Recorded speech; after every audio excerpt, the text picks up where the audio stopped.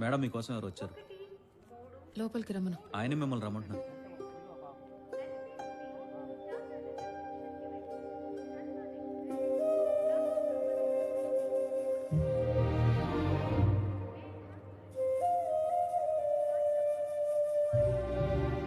Friend Hyderabad వెళ్తుంటే దింపటానికి వచ్చాను.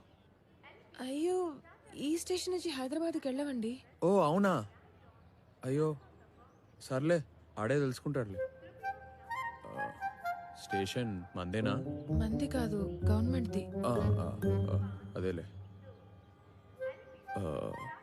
పిల్లల సంపాదన మీద బతకాల్సిన అవసరం నాకు లేదు. ఏం లేదు. పిలిచావా?